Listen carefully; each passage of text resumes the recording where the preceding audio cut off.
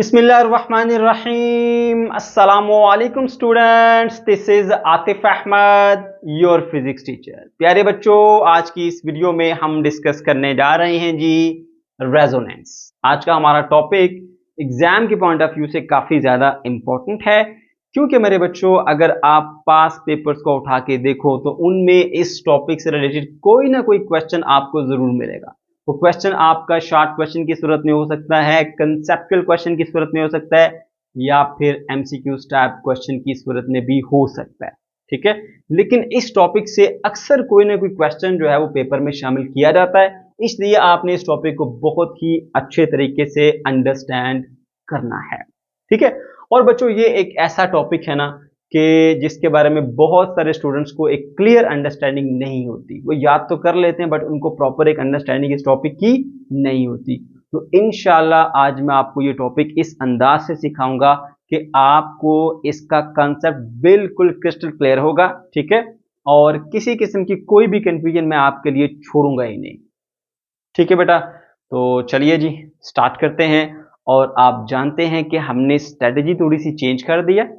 अब वो टॉपिक जहां पर एक्सप्लेनेशन की ज्यादा जरूरत होती है उनको हम स्टार्टिंग में एक कंसेप्चुअल ओवरव्यू की सूरत में डिस्कस करते हैं, जिसमें इस टॉपिक का पूरा कंसेप्ट डिटेल के साथ डिस्कस किया जाता है। उसके बाद फिर हम आते हैं नोट्स के ऊपर। ठीक है, और नोट्स के अंदर मौजूद तमाम पॉइंट्स को एक तरतीब के साथ हम आगे लेके चलते हैं। ठीक है, इस तरह से आपकी एक क्लियर अंडरस्टैंडिंग भी बन जाती है। आपको यह भी पता चल जाता है कि हमने इसको लिखना कैसे है, प्रेजेंटेशन का भी पता चल जाता है। ठीक है, इसके अलावा आपके पास नोट्स बन जाते हैं, आपको याद करने में भी आसानी होती है। ठीक है बेटा, तो स्टार्ट करते हैं जी हम कंसेप्चुअल ओवरव्यू से। ठीक है, आ जाइए जी कंसेप्चुअल ओवरव्यू में। मेरे बच्चों सबसे पहले जरा इस लफ्ज के मतलब पे आओ। रेजोनेंस लफ्ज का मतलब होता है हम आहंगी। अब यह हम आहंगी क्या होती है? हम आहंग होने का मतलब है कि भाई जैसे आप और आपका दोस्त है, उन दोनों के दरमियान कुछ सिमिलैरिटीज है, मैचिंग है, तो हम एक दूसरे के साथ हम आहंग हो जाते हैं। यानी इनके दरमियान ना कुछ चीजें मैच कर रही हैं, कुछ क्वालिटीज मैच कर रही हैं। ठीक है, अच्छा अब बात बड़े ध्यान से सुनेगा, मैं आपको एक छोटी सी बात बताता हूं, उसको समझ के आप इस टॉपिक को बड़ी आसानी से अंडरस्टैंड कर पाएंगे। मुश्किल बात नहीं, बड़ी आसान है, बस आपने ध्यान से सुननी है। मेरे बच्चों ये रेजोनेंस का कंसेप्ट क्या है ये मैं आपको रियल लाइफ से बताता हूं, उसके बाद फिर मैं इसको फिजिक्स में लेके आऊंगा, उससे रिलेट करूंगा, फिर आप अंडरस्टैंड कर पाएंगे इसको आसानी से। ठीक है, देखो आप का एक दोस्त है और कोई दूसरा बंदा आपका दोस्त नहीं है। ठीक है, जो आपका दोस्त होगा ना वो बंदा आपका दोस्त बनेगा जिसकी आदत आपकी आदत से मिलती जुलती है।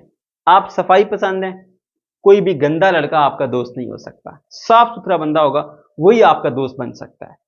आप सच बोलते हैं, झूठ नहीं बोलते, कोई ऐसा बंदा जो फ्रॉड करता है, झूठ बोलता है, वो आपका दोस्त नहीं बन सकता, मैचिंग नहीं है। ठीक है, अच्छा अब देखो आप पेरेंट्स की रिस्पेक्ट करते हो, कोई ऐसा बंदा आपका दोस्त नहीं बन सकता जो उसकी रिस्पेक्ट नहीं करता, और बहुत सारी क्वालिटीज हैं। ठीक है, अच्छा अब आप जो क्वालिटीज अपने अंदर देखते हो, ठीक है, अपने दोस्त में भी वही देखते हो, तब आपकी आपस में अंडरस्टैंडिंग मैच करती है। समझ गए हो? तो जो क्वालिटीज आप में है दूसरे बंदे में भी अगर वही क्वालिटीज हैं तो आपके दरमियान एक हम आहंगी आ जाती है, मैचिंग हो जाती है। ठीक है, अब दूसरा बंदा जिसकी जो थिंकिंग है वो आप पे मैच नहीं करती, उसकी सफाई के मसाइल आपसे वो नहीं होते, क्लासेस वो बंक करता है, आप रेगुलर क्लासेस लेते हो, कभी भी आपका दोस्त वो नहीं बन सकता। क्यों? उसकी आपके साथ सिमिलैरिटीज नहीं है, वो आपका दोस्त नहीं है। अब दोस्त है आपका, आपका हम आहंग है, वही दोस्त होगा जो आपके जैसा होगा, जिसके अंदर क्वालिटीज आपके जैसी होंगी, जिसकी आदत आपके जैसी होंगी। ठीक है, अच्छा तो पहली चीज अपने माइंड में रखनी क्या है कि रेजोनेंस में मैचिंग की जाती है। अब होता क्या है, मैचिंग करने के बाद क्या होता है, जब मैचिंग हो जाती है ना और वो गहरे दोस्त बन जाते हैं तो फिर वो एक दूसरे के साथ अपनी इंफॉर्मेशन शेयर करते हैं। वो बताएगा मैं घर से कितने पैसे लेके आऊं, वो उसके साथ शेयर करेगा मैं इतने लेकर आया। और ज्यादा गहरी दोस्ती होती जा रही है, हम आहंगी बढ़ती चली जा रही है, वो और ज्यादा इंफॉर्मेशन एक दूसरे के साथ शेयर करेंगे। इवन सम टाइम अपने घर की इंफॉर्मेशन भी वो शेयर करते हैं कि मेरे घर में मुझे ये मसला पेश आया, कॉन्टेक्स्ट वगैरह शेयर करते हैं। सब इतनी ज्यादा उनकी जब आपस में अंडरस्टैंडिंग हो जाती है, ठीक है, तो जब दो लोग हम आहंग होते हैं, बात बड़े गौर से सुनना, जब दो लोग हम आहंग होते हैं तो तब होते हैं जब उनमें सिमिलैरिटीज होती हैं, ठीक है।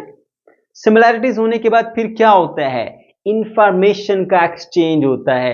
ये अपनी इंफॉर्मेशन उसको देता है, वो अपनी इंफॉर्मेशन इसको देता है, एक दूसरे के साथ इंफॉर्मेशन को वो एक्सचेंज कर रहे होते हैं। बात को समझ क्यों? लेकिन ये कभी भी इंफॉर्मेशन उस बंदे के साथ शेयर नहीं करेगा जो इसका दोस्त नहीं है या जो इसको जानता नहीं है। वो इवन अगर ये भी पूछ ले कि बताओ आपके अब्बू का नाम क्या है, तो पहला क्वेश्चन ये होगा भाई तुम्हें क्या मसला है, तुम क्यों पूछ रहे हो मेरे अब्बू का नाम। वो पूछे बताओ जी आपके घर का नंबर क्या है, वो पहले आप उससे पूछोगे भाई तुम क्यों पूछ रहे हो। वो पूछेगा आपका एड्रेस क्या है, आप बोलोगे मैं क्यों बताऊं मैं आपका एड्रेस। लेकिन आपका दोस्त पूछे तो सब बताएंगे, ठीक है।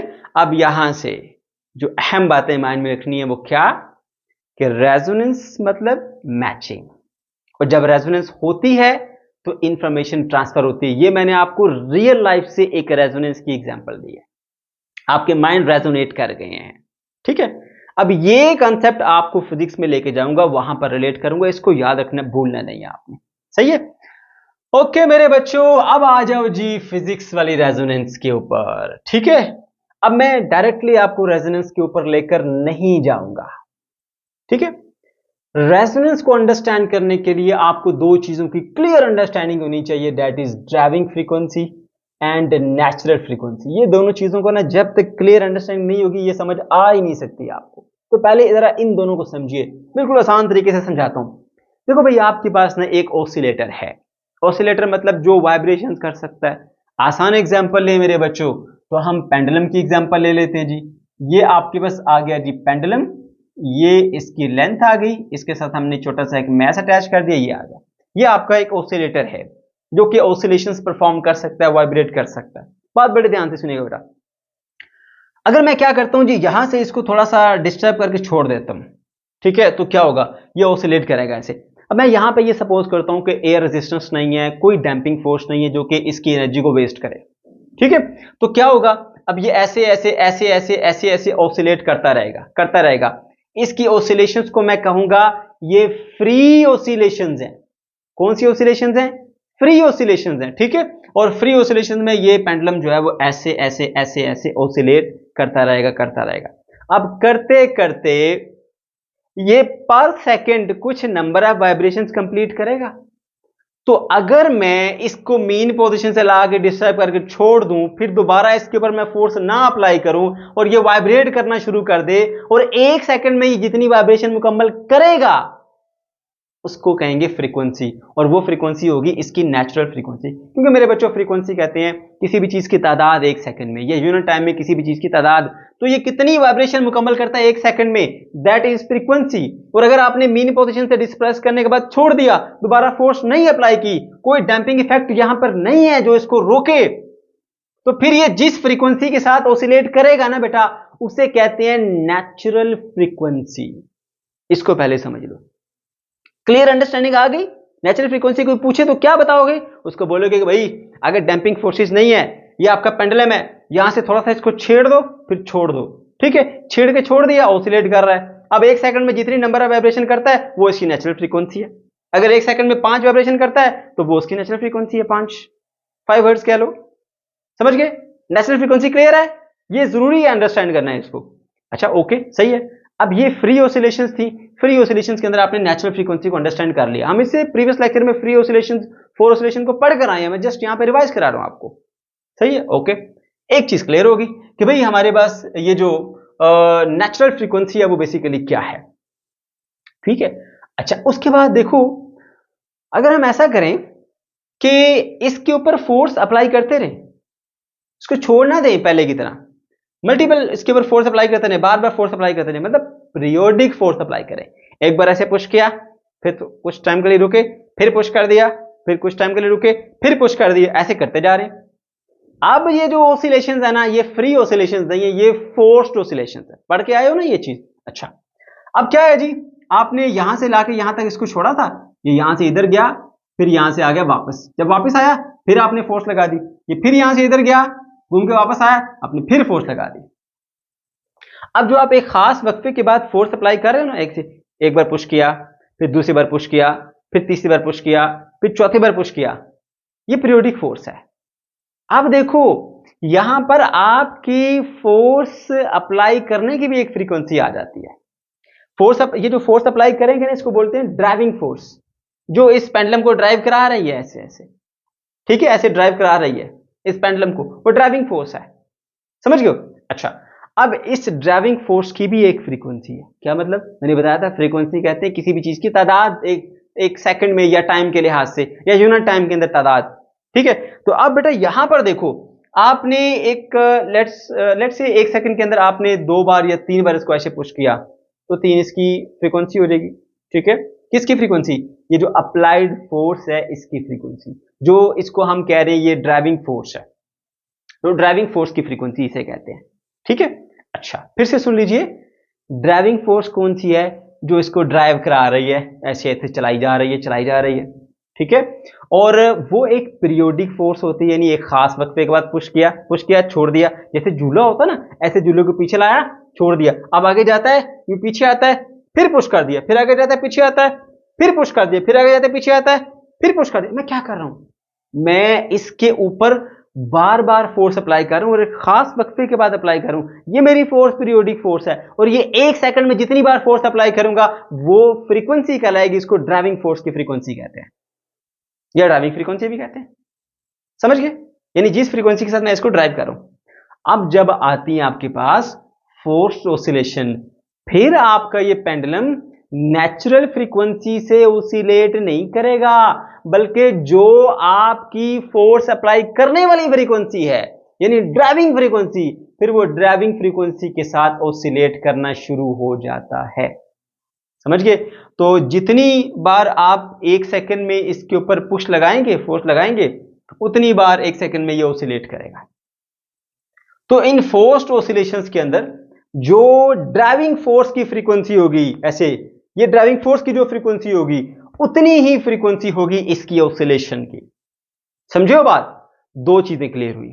अब मैंने आपको ये बता दी चीज कि ड्राइविंग फ्रीक्वेंसी क्या है। भाई आप जो बार बार धक्का दे रहे हो ना, एक सेकंड में कितनी बार धक्का दे रहे हो, ये ड्राइविंग फोर्स की फ्रीक्वेंसी है, ठीक है। नेचुरल फ्रीक्वेंसी क्या है? अगर कोई भी आप फोर्स ना लगाओ, सिर्फ एक बार मेन पोजीशन से लाकर छोड़ दिया और कोई डैंपिंग फोर्स भी नहीं है, तो ये एक सेकंड में जितनी बार वाइब्रेट करता है ना, वो इसकी क्या है? नेचुरल फ्रीक्वेंसी है। दोनों चीजें समझ में आ गई? अच्छा, अब मैंने आपको बताया था रेजोनेंस कहते हैं हम आहंगी, यानी इक्वालिटी कह लें, सिमिलैरिटी कह लें, ऐसा कुछ माइंड में ले आए आप, ठीक है। तो रेजोनेंस वो है जब आपकी फोर्स अप्लाई करने वाली फ्रीक्वेंसी, यानी ड्राइविंग फ्रीक्वेंसी, और इस पेंडुलम की नेचुरल फ्रीक्वेंसी, ये दोनों मैच कर जाती हैं, इक्वल हो जाती हैं, सेम हो जाती हैं, तो फिर ये जो पेंडुलम है वो अपने एम्पलीट्यूड बढ़ाता है और बढ़ाता है और बढ़ाता है, मैक्सिमम एम्पलीट्यूड पे चला जाता है जितना ये कर सकता है, ठीक है। ये अपने मैक्सिमम एम्पलीट्यूड पर चला जाता है, और इस सिचुएशन को हम कहते हैं रेजोनेंस। समझ गए? और इस वक्त मैक्सिमम एनर्जी की एब्जॉर्प्शन हो रही होती है। ये जो आप पुश कर रहे हैं ना, फोर्स लगा के उसको एनर्जी दे रहे हो, इस एनर्जी की एब्जॉर्प्शन मैक्सिमम होती है। कब मैक्सिमम होती है? कि जो इस पेंडुलम की या इस झूले की वाइब्रेशन वाली फ्रीक्वेंसी है, नेचुरल फ्रीक्वेंसी, और आपकी अप्लाई करने वाली फ्रीक्वेंसी, ये दोनों मैच कर जाती हैं। जब ये दोनों मैच करेंगी तो एनर्जी मैक्सिमम अब्जॉर्ब होती है, और उस वक्त फिर क्या होता है? एम्पलीट्यूड अपने उरूज पर चला जाता है। जैसे मैंने आपको कहा था कि दोनों दोस्तों की थॉट्स मिलेंगी, थिंकिंग मिलेंगी उसकी, तो फिर वो एक दूसरे के साथ रेजोनेट हो जाते हैं और इंफॉर्मेशन फिर ट्रांसफर करते हैं एक दूसरे के साथ। वैसे नहीं करते, बिल्कुल इसी तरह से जब फोर्स अप्लाई करने वाली फ्रीक्वेंसी और इसकी ऑसिलेट करने वाली फ्रीक्वेंसी जो नेचुरल फ्रीक्वेंसी है, वो दोनों इक्वल आ जाती हैं, तो फिर हमारी जो फोर्स हम अप्लाई कर रहे थे वो मैक्सिमम उसमें अब्जॉर्ब होती है, एनर्जी उसमें मैक्सिमम मिलती है उसको। तो इस तरह से उसका एम्पलीट्यूड बढ़ता जाता है, बढ़ता जाता है, बढ़ता जाता है, समझ गए? और मैक्सिमम हो जाता है। अब आप अगर इसको रियल लाइफ में भी इसको एग्जामिन करना चाहते हो ना, ऑब्जर्व करना चाहते हो, तो बेटा आप कर सकते हो। कैसे, मैं बता देता हूँ आपको। आप एक झूले पे बच्चों को बिठाओ, ऐसे झूला पीछे लाओ ऐसे और छोड़ो। अब देखो जरा ध्यान करना, ये एक वाइब्रेशन मुकम्मल करता है ऐसे, तो आपने एक बार पुश कर दिया, ठीक है, यहां पर आया, पुश कर दिया। ये फिर जाता है, दूसरी वाइब्रेशन मुकम्मल करता है, आपने दूसरी बार पुश कर दिया। ये तीसरी वाइब्रेशन मुकम्मल करता है, आपने तीसरी बार पुश कर दिया। वो चौथी वाइब्रेशन मुकम्मल करता है, आपने चौथी बार पुश कर दिया। अब फर्ज करो ये सारा काम एक सेकंड में हुआ है। अब इधर एक सेकंड में 4 वाइब्रेशन हुई है, इधर एक सेकंड में 4 बार फोर्स लगी, तो फोर्स लगाने की फ्रीक्वेंसी और वाइब्रेट करने वाली फ्रीक्वेंसी मैच कर गई ना दोनों। जब ये दोनों मैच कर जाएंगी, ठीक है, तो एम्पलीट्यूड बढ़ता रहेगा और आप ऑब्जर्व करेंगे कि झूला तेज और तेज और तेज और तेज, इस तरह झूला उड़ना शुरू हो जाएगा। ऐसा करना नहीं है, उड़ाना नहीं है, बच्चा नहीं गिरा देना कोई, ठीक है। ये है आपके पास रेजोनेंस की बेस्ट एग्जांपल, समझ गए बेटा, ठीक है। तो ये भी बेसिकली हम आहंगी है, ये भी सिमिलैरिटी है किन चीजों की, अप्लाइड फोर्स की फ्रीक्वेंसी और नेचुरल फ्रीक्वेंसी का मैच कर जाना। दोनों मैच करेंगे तो फिर मजा आएगा, फिर सही से एनर्जी अब्जॉर्ब होगी, फिर एम्पलीट्यूड बहुत ज्यादा होगा और फिर वो ऑसिलेट करेगा, ठीक है। इसको बोलते हैं रेजोनेंस, ठीक है। अब मैं फर्दर इसकी एग्जांपल भी डिस्कस करता हूं, फर्दर डिटेल में भी जाता हूं। अब आपको यह पता लग गया कि भाई ड्राइविंग फ्रीक्वेंसी क्या होती है और नेचुरल फ्रीक्वेंसी क्या होती है और रेजोनेंस क्या होती है, ये चीज मैंने आपको डिटेल के साथ बता दी है, ठीक है बेटा। अब आ जाए, थोड़ी ध्यान से सुनना। इनिशियली पता क्या हुआ था, आपकी जो पेंडुलम है ना, पेंडुलम, ठीक है, यहां पर मैं चले एक और बना लेता हूं। ये हमारा पेंडुलम आ गया, ठीक है, और लेट्स से कि इसकी जो नेचुरल फ्रीक्वेंसी है ना बेटा, वो है आपके पास है जी 5, ठीक है, 5 हर्ट्ज है। 5 हर्ट्ज क्या लीजिए, हर्ट्ज फ्रीक्वेंसी का यूनिट होता है।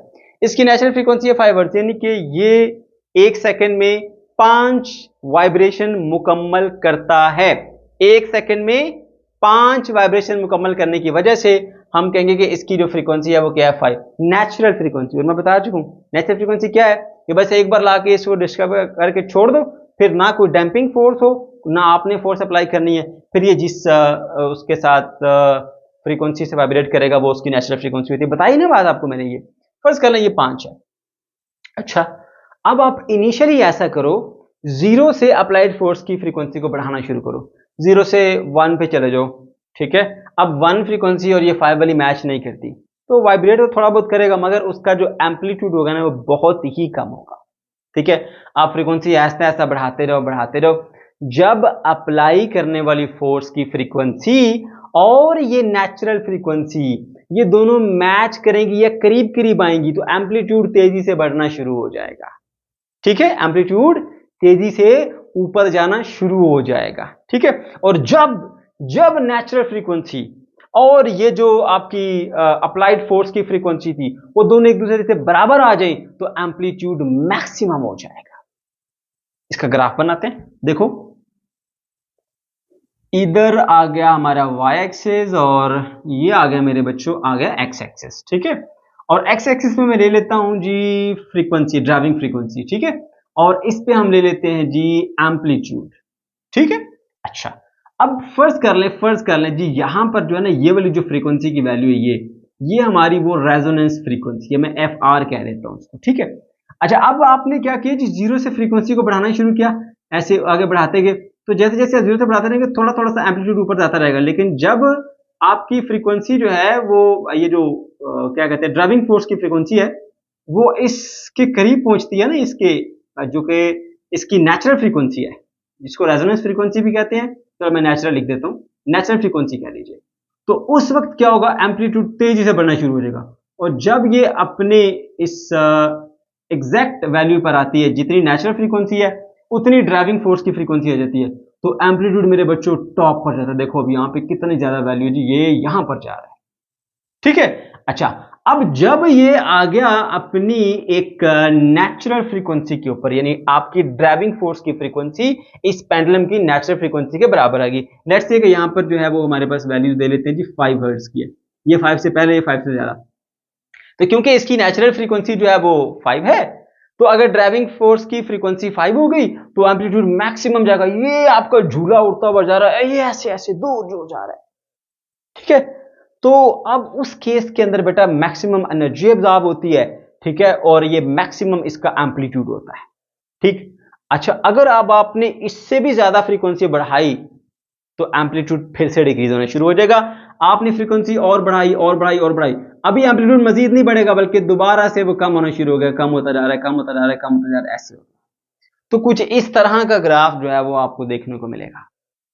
समझ गए? तो इसका मतलब यह कि जब आप एक नेचुरल फ्रीक्वेंसी से कम फ्रीक्वेंसी पर या कम क्या क्या उसका नाम था यार, हाँ, ड्राइविंग फ्रीक्वेंसी पर रहेंगे तो एम्पलीट्यूड कम रहेगा। लेकिन जैसे जैसे आप नेचुरल फ्रीक्वेंसी से करीब होते जाएंगे एम्पलीट्यूड में एक सडन इंक्रीज आएगा, और जब आप एग्जैक्टली नेचुरल फ्रीक्वेंसी के साथ उसको उसको जो है वो फोर्स अप्लाई करेंगे या उसकी ड्राइविंग फोर्स जो उसके ऊपर अप्लाई कर रहे हैं वो लगाएंगे तो फिर एम्पलीट्यूड मैक्सिमम वैल्यू पर जाएगा, और अगर आपने उससे ज्यादा की फिर से कम होना शुरू हो जाएगा। ठीक है, अब उसमें मैं उसकी भी रियल लाइफ से एग्जांपल दे देता हूं। देखो, मैंने आपसे कहा था ना कि भाई 5 बार आपने इसको पुश किया और 5 ही बार उसने वाइब्रेशन कंप्लीट की। अभी आपकी अप्लाई करने वाली जो ड्राइविंग फ्रीक्वेंसी है और उसकी जो नेचुरल फ्रीक्वेंसी है, फर्ज कर ले मैच है, उसकी नेचुरल फ्रीक्वेंसी 5 ही है। ठीक है, वो दोनों मैच कर गई। जब वो दोनों मैच कर जाती है ना मेरे बच्चों, तो तब आप देखते हो कि रेजोनेंस में आ गया। अब अगर आपने फ्रीक्वेंसी इससे ज्यादा की, अब इससे ज्यादा करने का मतलब यह है कि ये एक वाइब्रेशन मुकम्मल करके आया है, आपने इतना इंतजार नहीं किया, आपने उससे पहले फोर्स लगा दी, ये भी यहां ही पहुंचा है, आपने ऐसा दिखा दे दिया, भाई वो तेज होने के बजाय उल्टा स्लो हो जाएगा, उसका एम्पलीट्यूड क्या हो जाएगा, कम हो जाएगा। नहीं पता तो ट्राई करके देख लो। पार्क में नहीं जाना, एक बाल ले लो, उसके साथ कोई धागा शागा बांध के उसको लटका लो, ये एक्सपेरिमेंट करके देख लो। अगर बाल अपनी उसको आप पूरी वाइब्रेशन मुकम्मल ना करने दो, यानी उसने यहां तक आना है, इधर से घूम के यहां पे आना है, आपने फिर फोर्स अप्लाई करनी थी, मगर आपने फ्रीक्वेंसी बढ़ा दी, यानी अब आप 1 सेकंड में ज्यादा बार वाइब्रेट कर रहे हो, ज्यादा बार फोर्स अप्लाई कर रहे हो, तो इसका मतलब यह कि आपने उसको यहां पहुंचने से पहले ही फोर्स लगा दी। तो बेटा फिर क्या होगा, आपकी एनर्जी जो आपने लगाई उसका कुछ हिस्सा तो पहले उसको रोकने में लगेगा, उसके बाद वापस पुश करने में लगेगा, तो सारी एनर्जी तो उसको मिल ही नहीं पाई। क्यों? क्योंकि अगर वो यहां तक पूरी वाइब्रेशन करता तो वो खुद रुकता तो फिर आप फोर्स लगाते, आपकी सारी की सारी फोर्सेस को उधर भेजने में लगती। लेकिन आपने क्या कर दिया, आपने फ्रीक्वेंसी को बढ़ा दिया, यानी अब आपने क्या किया, उसी सेकंड के अंदर ज्यादा बार फोर्स अप्लाई करने की कोशिश की। तो एक बार पुश गया, ये इधर से गया, अभी ये इधर पहुंचा नहीं, यहां तक पहुंचना है इसने, अभी ये यहां तक ही पहुंचा है, आपने फिर फोर्स अप्लाई कर दी। अब पहले तो फोर्स का एक हिस्सा इसको रोकने में लगेगा क्योंकि इसने इधर जाना है, जाया होगी ना वो एनर्जी आपको जो रोकने में लगी, जो बचेगी वो इसको मिलेगी। इस वजह से अब यहां पर जो एम्पलीट्यूड है बेटा वो क्या हो जाएगा, आपके पास कम हो जाएगा, एम्पलीट्यूड कम हो जाएगा। जब एम्पलीट्यूड कम हो जाएगा, ठीक है, तो फिर देखें आप ये ग्राफ आपका ऐसे नीचे आएगा। तो उम्मीद करता हूं कि अब आपको ये बात समझ आ गई होगी कि अगर आप ये जो नेचुरल फ्रीक्वेंसी है इससे ज्यादा फ्रीक्वेंसी कर दो तो फिर भी एम्पलीट्यूड ऐसे नीचे को आएगा। यह है मेरे बच्चों जो रियल कॉन्सेप्ट है रेजोनेंस का, समझ गए?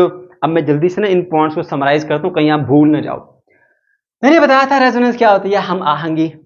किस किस में हम आहंगी, उसकी नेचुरल फ्रीक्वेंसी और इसकी जो अप्लाइड फोर्स की फ्रीक्वेंसी है, दोनों मैच करें, हम आहंग होगी। जब हम आहंग होंगी तो एनर्जी मैक्सिमम ट्रांसफर होती है। जैसे आपके दोस्त की आपके साथ थिंकिंग मैच कर गई तो इंफॉर्मेशन मैक्सिमम उसकी तरफ ट्रांसफर हुई। अब जितनी ज्यादा स्ट्रॉन्ग ज्यादा आपके दरमियान रेजोनेंस होगी, स्ट्रॉन्ग यारी दोस्ती होगी, उतने ज्यादा इंफॉर्मेशन आप उसके साथ शेयर करोगे, जितनी कम होगी उतनी कम इंफॉर्मेशन शेयर करोगे। बिल्कुल इसी तरह से जितना exactly natural frequency applied frequency of force के साथ मैच करती है उतना अच्छे तरीके से एनर्जी ट्रांसफर होती है, उतना मैक्सिमम एम्पलीट्यूड बढ़ता है।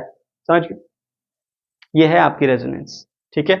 और ग्राफ कैसे बनता है वो भी मैंने आपको बता दिया। ग्राफ ऊपर से नीचे क्यों आया उसकी रीजन भी मैंने आपको बता दी, ठीक है, क्योंकि आपने उसको वाइब्रेशन मुकम्मल नहीं होने दी, उससे पहले फोर्स लगा दी, तो फिर आपकी फोर्स का कुछ हिस्सा तो पहले उसको रोकने में लगेगा। जैसे देखो, अगर एक बंदा आपकी तरफ बढ़ रहा है, आपने उसको उधर भेजना है, तो पहले तो उसको रोकोगे ना भाई, उसके बाद उसको उधर पुश करोगे, तो रोकने के लिए भी तो एनर्जी चाहिए, तो वहां पे एनर्जी वेस्ट होती है, ठीक है।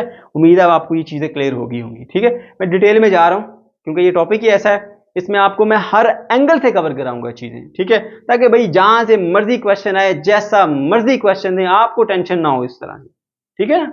ओके जी, तो मेरे बच्चों ये हो गया हमारा ग्राफ। तो हमने रेजोनेंस को भी सीख लिया और रेजोनेंस का जो ग्राफ है उसको भी हमने यहाँ पे डिस्कस कर लिया है।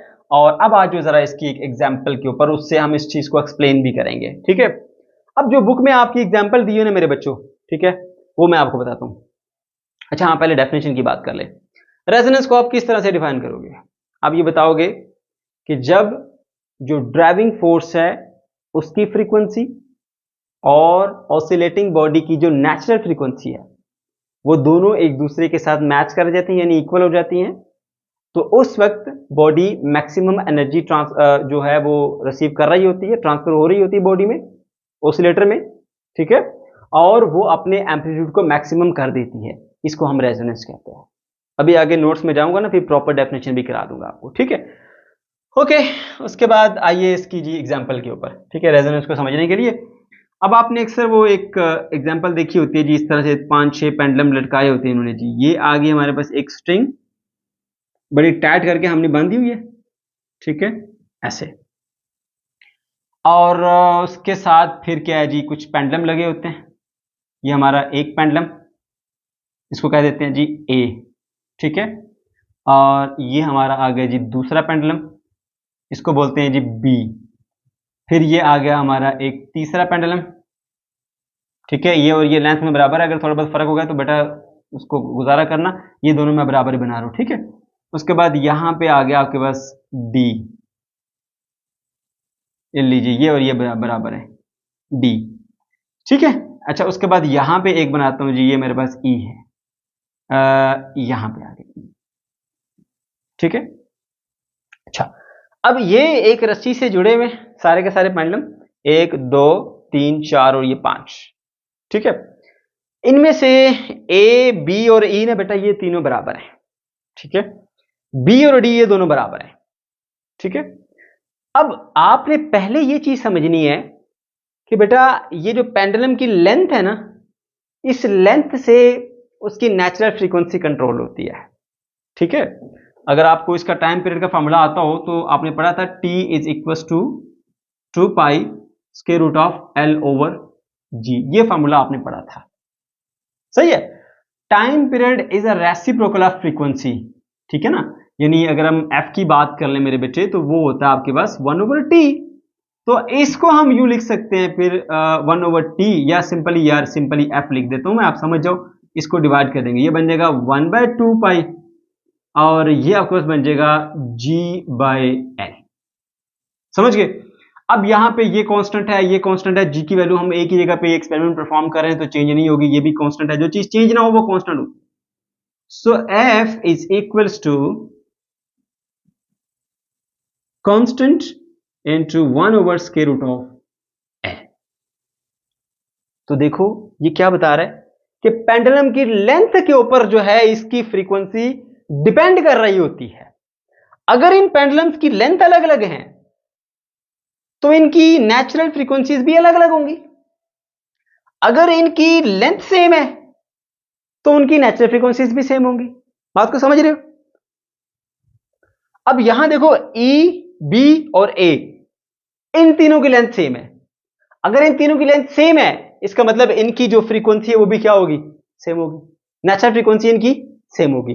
अच्छा, अब मैं क्या करता हूं कि ये जो E वाला पेंडुलम है इसको मैं क्या करता हूं, समझो कि ये ऐसे ऐसे ना मैंने इसी तरह से एक रस्सी बांध के लगाए में, मैं यहां से इसको इधर लाता हूं और फिर छोड़ देता हूं, ये ऐसे ऑसिलेट करेगा। जब इसको मैं ऑसिलेट कराऊंगा ना तो ये जुड़ा इस रस्सी के साथ, तो यहां से डिस्टर्बेंस इस रस्सी में आएगी, रस्सी से डिस्टर्बेंस सबको जाएगी, इधर भी जाएगी डिस्टर्बेंस, इधर भी जाएगी, इधर भी जाएगी, इधर भी जाएगी, इन सबको डिस्टर्बेंस जाएगी और इनको ऑसिलेट कराने की कोशिश करेगी, ठीक है। लेकिन ये आपके पास है ड्राइविंग फोर्स जो जिससे मैं इसको चला रहा हूं, ठीक है ना। अब इसकी फ्रीक्वेंसी और इसकी नेचुरल फ्रीक्वेंसी तीनों मैच करती हैं। जब मैं इसको डिस्टर्ब करता हूं यहां से आके ऐसे, तो ये दोनों ऐसे ही रहेंगे, ये वाला और ये वाला दोनों जो है वो एनर्जी को एब्जॉर्ब करेंगे और ये भी ऑसिलेट करना शुरू कर देंगे। मैं ऑसिलेट इसको कराऊंगा, ऑसिलेट ये भी करेगा, ऑसिलेट ये भी करेगा, ये नहीं करेगा और ये नहीं करेगा, क्योंकि जब रेजोनेंस में आते हैं तो रेजोनेंस में आने से फिर क्या होता है, एनर्जी ट्रांसफर होती है। अगर रेजोनेंस में नहीं आएंगे एनर्जी ट्रांसफर नहीं होगी। आपका दोस्त आपके साथ रेजोनेंस में है, सब बातें उसको बताते हो, घर का नंबर उसको दिया है, घर का एड्रेस उसको दिया है, सारी इंफॉर्मेशन उसको देते हो, अपने बहन भाइयों का भी इवन बता देते हो। अगर बहुत आपका कोई अच्छा दोस्त है तो घर में आना जाना भी रखते हो उसका, लेकिन जो आपका दोस्त नहीं है उसको आप ये इंफॉर्मेशन नहीं दे सकते। क्यों? वो आपके साथ हम आहंग नहीं है। ये वाला पेंडुलम और ये वाला पेंडुलम, इनकी लेंथ चेंज है। लेंथ चेंज है तो इनकी नेचुरल फ्रीक्वेंसी चेंज है। नेचुरल फ्रीक्वेंसी चेंज है तो फिर यहां से इसके अंदर ट्रांसफर एनर्जी नहीं हो सकती। इस वजह से ये वाले दोनों रेस्ट पर रहेंगे। ये वाला, ये वाला, ये वाला सेम लेंथ पर हैं। सेम लेंथ पर होंगे तो सेम इनकी नेचुरल फ्रीक्वेंसी होगी। सेम नेचुरल फ्रीक्वेंसी होने की वजह से मैं ऑसिलेट एक को कराऊंगा और इसकी जो यहां से डिस्टर्बेंस है वो इसकी तरफ भी पहुंचेगी, इसकी तरफ भी पहुंचेगी, क्योंकि इसकी नेचुरल फ्रीक्वेंसी इसकी तीनों की मैच करती हैं। तो एनर्जी अब्जॉर्ब होगी। एनर्जी अब्जॉर्ब होगी तो ये भी ऑसिलेट करना शुरू कर देंगे, लेकिन ये वाले ऑसिलेट नहीं करेंगे। वजह क्या है? इनकी नेचुरल फ्रीक्वेंसी अलग अलग है। क्यों अलग अलग है? क्योंकि लेंथ अलग अलग है। लेंथ अलग अलग होने की वजह से नेचुरल फ्रीक्वेंसी अलग है। इस वजह से ये हमारे साथ रेजोनेंस में नहीं आएंगे इस पेंडुलम की। दैट्स व्हाई मैं इसको ऑसिलेट करूंगा तो ये दोनों ऑसिलेट होंगे, ये दोनों रेस्ट पर रहेंगे। उम्मीद करता हूं अब आपको ये पॉइंट समझ में आ गया होगा। ठीक है, मैं बार बार जोर दे रहा हूं, रेजोनेंस होगी तो अच्छे से एनर्जी ट्रांसफर होगी। जैसे दोस्त के साथ अच्छी उसकी रेजोनेंस बन गई है, माइंड की इंफॉर्मेशन ट्रांसफर होती है, इसी तरह से यहां एनर्जी ट्रांसफर होती है। समझ गए? क्योंकि इसकी जो हमारे पास वाइब्रेशन है वो फिर इस तक पहुंचती हैं और ये ऑसिलेट करते हैं। अब मैं क्या करता हूं, इसी की मैं लेंथ बढ़ा देता हूं। ठीक है, और इस ई की जो लेंथ है ना मैं ले जाता हूं जी, यहां पर ले जाता हूं। वही वाला पेंडुलम है, लेंथ बढ़ा दी मैंने, उसकी जोड़ के साथ कोई जुगाड़ लगाया, 1 2 3। अब ये तीनों आपस में मैच करते हैं, सेम लेंथ पर है। ये वाला और ये वाला आपस में सेम लेंथ पर है, मगर इसके साथ नहीं है। इसकी लेंथ में फर्क है, इसकी लेंथ में फर्क है। अब इन तीनों की जो नेचुरल फ्रीक्वेंसीज हैं वो मैच करती हैं। तो अब जब मैं इसको यहां से थोड़ा सा डिस्प्लेस करा के छोड़ूंगा तो यहां से वाइब्रेशंस जाएंगी, वो मिलेंगी तीनों को, मगर ऑसिलेट कौन करेगा? ये वाला और ये वाला, क्योंकि इनकी फ्रीक्वेंसी इससे मैच करती है। समझ गए? जब इसकी फ्रीक्वेंसी इससे मैच करती है तो फिर क्या होगा? ये दोनों ही एनर्जी को एब्जॉर्ब कर पाएंगे और यही रेजोनेट हो पाएंगे और यही ऑसिलेट करेंगे। ये दोनों रेस्ट पर रहेंगे। समझ गए बेटा? तो उम्मीद है आपको ये पॉइंट जो है वो क्लियर हो गया होगा। ठीक है, ये वाली जो एग्जांपल है वो आपकी बुक में दी हुई है, आप उसको डिटेल से देख भी सकते हैं। उसमें यही बात बताई गई है कि आपके पास ए और बी दो पेंडुलम हैं, सी डी और बी दो पेंडुलम हैं। ठीक है, और इन दोनों की लेंथ बराबर है, इन दोनों की लेंथ बराबर है। जिस ये जो ई पेंडुलम है इसको हम मूव कराते हैं, इसकी लेंथ जिस सेट ऑफ पेंडुलम के बराबर होगी इसको ऑसिलेट करने से सिर्फ वही वाले ऑसिलेट होंगे। ठीक है, वाइब्रेट होंगे, क्योंकि वो रेजोनेंस में आ जाते हैं और एनर्जी ट्रांसफर होती है। दूसरे रेजोनेंस में नहीं आ सकते, एनर्जी ट्रांसफर नहीं होती, तो इसलिए ये रेस्ट पे रहेंगे इस केस के अंदर और ये दोनों ऑसिलेट करेंगे। उम्मीद है ये पॉइंट आपको समझ में आ गया होगा। ठीक है बेटा, ओके। तो हमने ना इसकी जो एक एग्जांपल है वो भी डिस्कस कर लिया और साथ ही साथ आपको ये इसकी जो वजाहत है, एक्सप्लेनेशन है, वो मैंने कर दिया। अब आ जाओ बेटा इफेक्ट ऑफ डैम्पिंग के ऊपर। ठीक है, इस रेजोनेंस के ऊपर जो है देखा जाए तो क्या इफेक्ट होता है डैम्पिंग का। मेरे बच्चों देखो, डैम्पिंग बेसिकली क्या है? डैम्पिंग आपके पास रेजिस्टिव फोर्स होती है, एक रेजिस्टिव मीडियम के अंदर वाइब्रेशंस होती है। वो क्या कर रही होती है? वो रोक रही होती है वाइब्रेशन को। और पेंडुलम ऐसे ऐसे ऑसिलेट करना चाहता है, सामने हवा चल रही है तेज, वो क्या करती है? पेंडुलम इधर जा रहा है, वो बोला चल वापस पीछे चल, पीछे चल। क्या कर रहा है? उसकी एनर्जी को जाया कर रहा है यहाँ पे। अब वो उतना आगे तक नहीं जा पाएगा। क्यों? सामने से उसको एयर रेजिस्टेंस के लिए वर्क करना पड़ा, उसकी एनर्जी खर्च होगी वर्क में। ठीक है, तो अब वो इतना आगे तक नहीं जा पाएगा। ऐसा ऐसा ऐसा ऐसा ऐसा आके बेचारा वो रुक जाता है। क्यों? इन डैम्पिंग फोर्सेस की वजह से। ठीक है, अब अगर ये डैम्पिंग फोर्सेस बहुत स्ट्रांग होगी, स्ट्रांग डैम्पिंग होगी, तो फिर इनको जो ऑक्सीलेशंस करने में बहुत ज्यादा दिक्कत आती है, एम्पलीट्यूड ज्यादा बढ़ ही नहीं पाता। मतलब अगर हवा तेज ना चल रही होती तो हो सकता है पेंडुलम यहां ऐसे ऐसे ऑसिलेट करता है, ऐसे ऐसे, लेकिन हवा तेज चल रही है तो वो बस यहां तक ही जा पा रहा है। अगर हवा और तेज चली तो मैं भी यहां तक ही जा पाए, इससे आगे जा ही ना पाए। समझ गए? तो ये बात होती है। ओके, तो हम यहां पे ना थोड़ा सा उसको डिस्कस कर लेते हैं, effect of damping on the amplitude of vibration. ठीक है, अच्छा अब आपने देखा कि भाई ये आपकी ड्राइविंग फोर्स है, सही है। तो यहां पे पहला हम केस ऐसा लेते हैं जहां पे लो डैम्पिंग है। ठीक है, लो डैम्पिंग होगी तो आपके पास ये आगे जी वो नेचुरल फ्रीक्वेंसी है जिसको रेजोनेंस फ्रीक्वेंसी कह रहे हैं, जो भी नाम देना चाहते हैं दे दें। तो मे बी इसका एम्पलीट्यूड बहुत ऊपर जाए और ये यहां तक हो गया है। क्यों? देखो एम्पलीट्यूड जो है वो यहां तक आ गया। ये एम्पलीट्यूड बहुत हाई तभी हो पाएगा अगर डैम्पिंग लो होगी, तो उसके बाद अगर आप फ्रीक्वेंसी को और चेंज करते हो तो उसी तरह से उसी पैटर्न पे इसका एम्पलीट्यूड कम होते होते तो यूं हो जाएगा। अब ये कब है मेरे बच्चे, जब आपके पास लो डैम्पिंग है। ठीक है, अच्छा अब अगर आपके पास होगी कोई दरमियानी किस्म की डैम्पिंग, ठीक है, मीडियम डैम्पिंग होगी आपके पास, ठीक है, तो फिर क्या होगा, आपका ये जो ग्राफ है, ठीक है, वो थोड़ा सा यूं जाएगा ऐसे, और यहां से ये इस तरह से आएगा नीचे। ठीक है, अब देखो अब ये बहुत ज्यादा ऊपर नहीं जा पाया, बात को समझ गए हो। ठीक है, अब ये आपके पास मीडियम डैम्पिंग है, ठीक है ना, दरमियानी सी डैम्पिंग है, बहुत हाई डैम्पिंग नहीं है। तो देखो जब डैम्पिंग थोड़ी सी बड़ी है ना, सिर्फ फर्क इतना आया है कि एम्पलीट्यूड बहुत ज्यादा नहीं बढ़ पाया, अब की बार थोड़ा कम बढ़ा है, बाकी ग्राफ उसी तरह का ही है। फिर क्या हुआ, जब आपके पास तीसरी बारी आई है, ठीक है, तो आप देखते हैं कि बहुत हाई डैम्पिंग है, तो बहुत ज्यादा इसके अंदर चेंज नहीं आ पाया।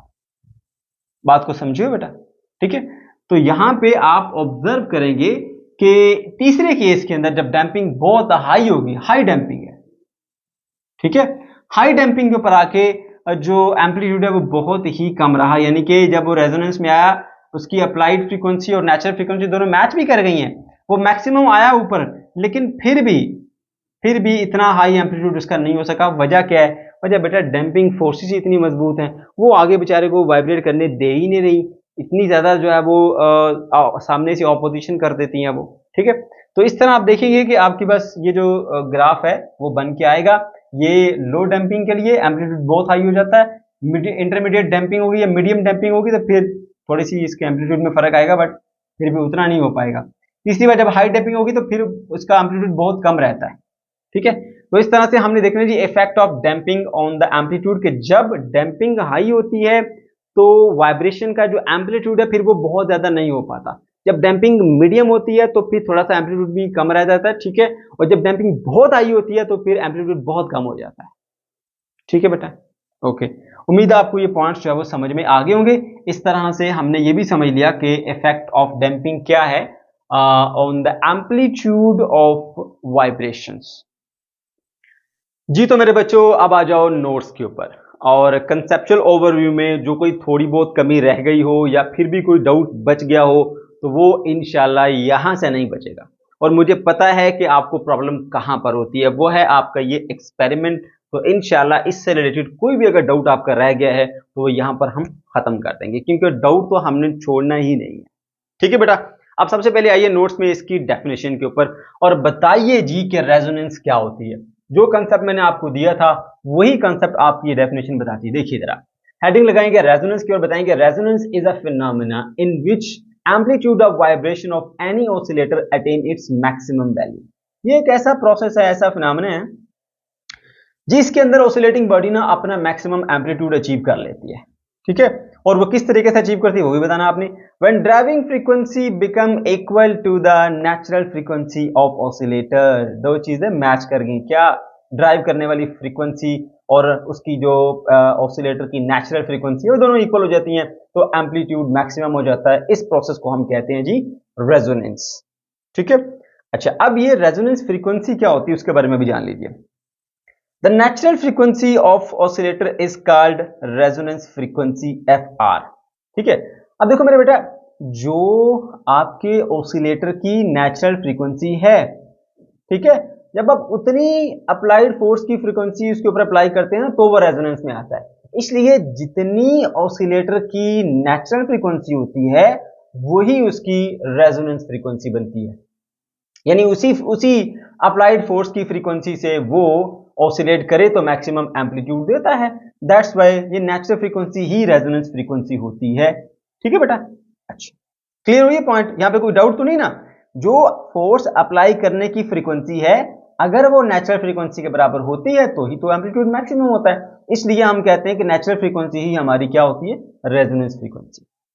राइट, अब उसके बाद फिर आपने हेडिंग लगानी है एक्सप्लेनेशन की और अपने नोट्स के अंदर ये चीज एक्सप्लेन करनी है।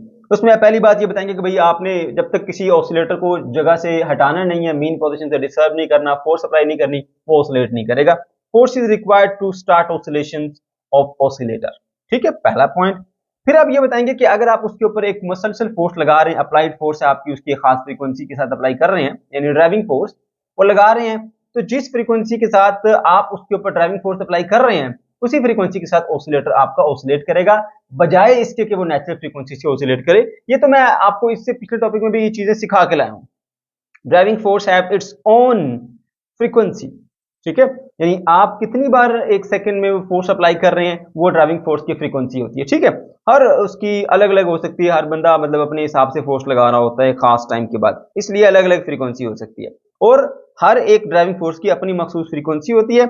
और आगे क्या लिखा है जी, own frequency with which oscillator start vibrations rather than natural frequency, ठीक है, जिस फ्रीक्वेंसी से आप उसको ऑसिलेट कराई जा रहे हो उसी फ्रीक्वेंसी के साथ वो ऑसिलेट होगा। समझ गए? आपकी फोर्स अप्लाई करने वाली फ्रीक्वेंसी यानी क्या कहते हैं उसको, ड्राइविंग फ्रीक्वेंसी, और उसकी ऑसिलेट करने की फ्रीक्वेंसी सेम होती है, ठीक है, जिस पे आप चलाओगे उस जगह पे वो चलेगा। ओके, उसके बाद फिर आपने क्या बताना है, when the frequency of the driving force gradually increases from zero oscillator begins to vibrate with small amplitude. अगर आप जीरो से ऐसा ऐसा फ्रीक्वेंसी को बढ़ाना शुरू करें तो स्लाइड सा इंक्रीज आना शुरू हो जाएगा जी एम्पलीट्यूड के अंदर।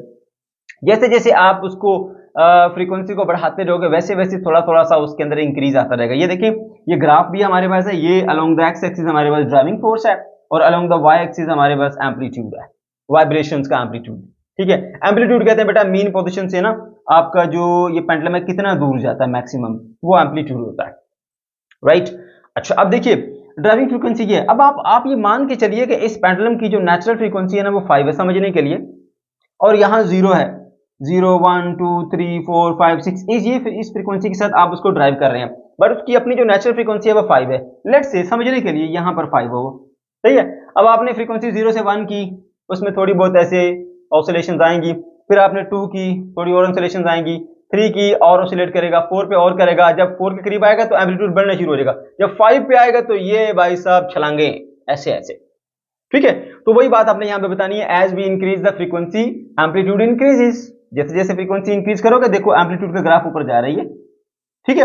अच्छा, उसके बाद एक और चीज नोट करो कि जैसे आपकी फ्रीक्वेंसी ना इस नेचुरल फ्रीक्वेंसी से करीब करीब हो जाती है, मैंने बताया इसकी फ्रीक्वेंसी है 5, आप 0 पे थे, 1 पे गए, 2 पे गए, 3 पे गए, 4 पे गए, अब 4 बड़ा करीब है 5 से, तो जैसे आप इसके करीब करीब फ्रीक्वेंसी पे जाएंगे ना एम्पलीट्यूड में सडन इंक्रीज आता है। ये देखो ये ग्राफ चढ़ गया ऊपर, ठीक है, ये देखा आपने। तो मेरे बेटे यहां पर बेसिकली हो क्या रहा है कि आपकी जो अप्लाइड फोर्स की फ्रीक्वेंसी है वो नेचुरल से करीब हो गई है, जब इससे करीब होगी तो छलांगे मारेगा जी आपका एम्पलीट्यूड ऊपर की जानिब, सही है।